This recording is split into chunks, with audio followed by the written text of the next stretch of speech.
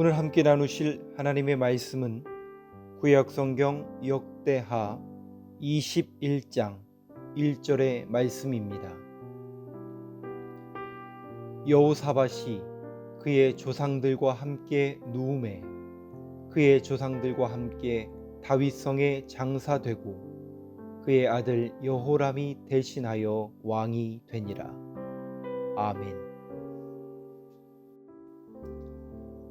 오늘 본문 말씀에 등장하는 여호람 왕은 여호사밧을 이어서 남유다의 왕이 되었습니다. 그러나 그는 아버지였던 여호사밧과는 달리 악한 왕으로 불립니다. 그는 아사나 여호사밧 왕과 같은 선대 왕들처럼 하나님께 인정받는 왕이 아니었습니다.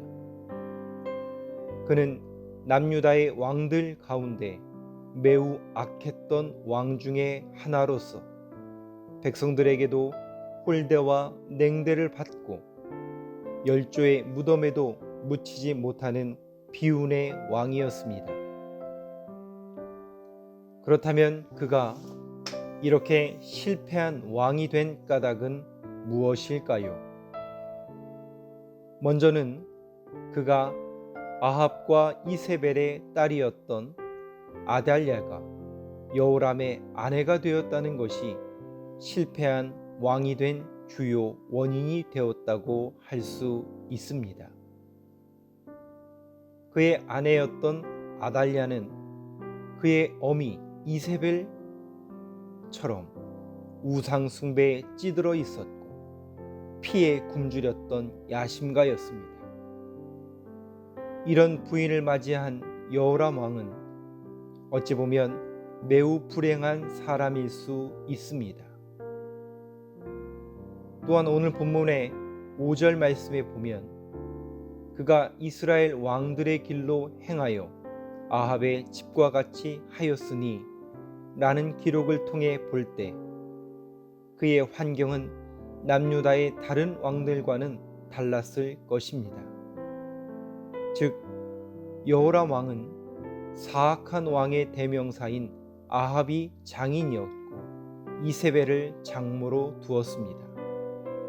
이런 환경에 있었던 여호람이 그의 아버지인 여호사밧과는 전혀 다른 길로 행하였다는 것은 어찌 보면 자연스러운 일이라고 할 수 있습니다.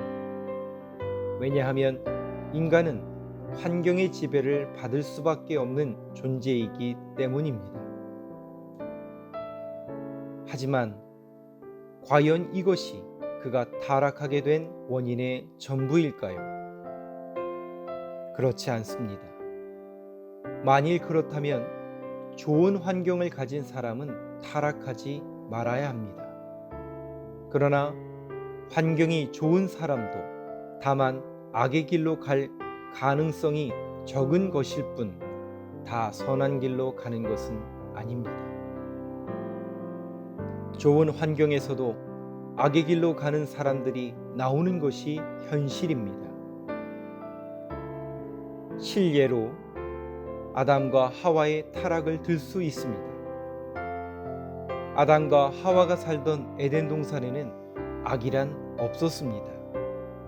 비록 사단이 그들을 유혹하기는 하였지만 그들은 악이 무엇인지도 몰랐습니다. 그럼에도 불구하고 그들이 사단의 유혹에 넘어가 죄를 범하고 만 것입니다. 이는 인간이 죄를 범하는 것이 비단 환경의 문제가 아니라는 것을 보여줍니다. 그렇습니다. 인간이 악을 행하는 것은 환경 이전에 자신의 의지 문제입니다.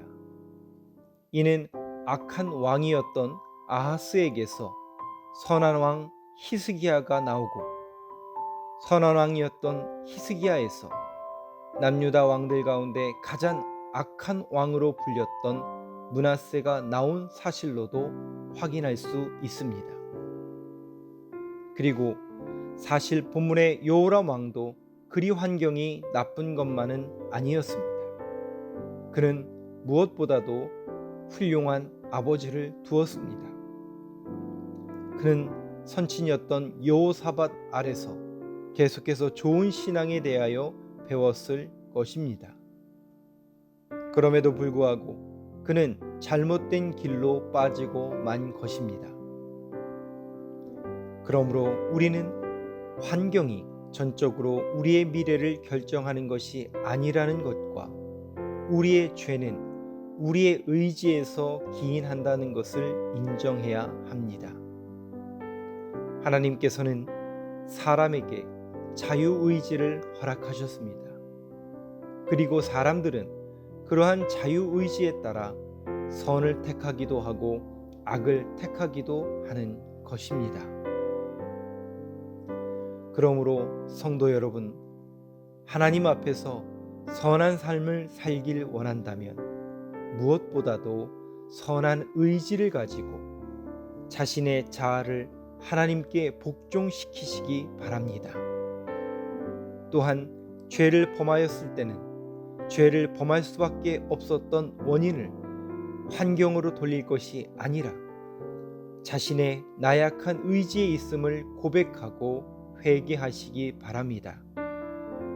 바로 그러한 고백과 회개가 있을 때 우리는 다시 의의 길로 갈 수 있을 것입니다. 기도하겠습니다.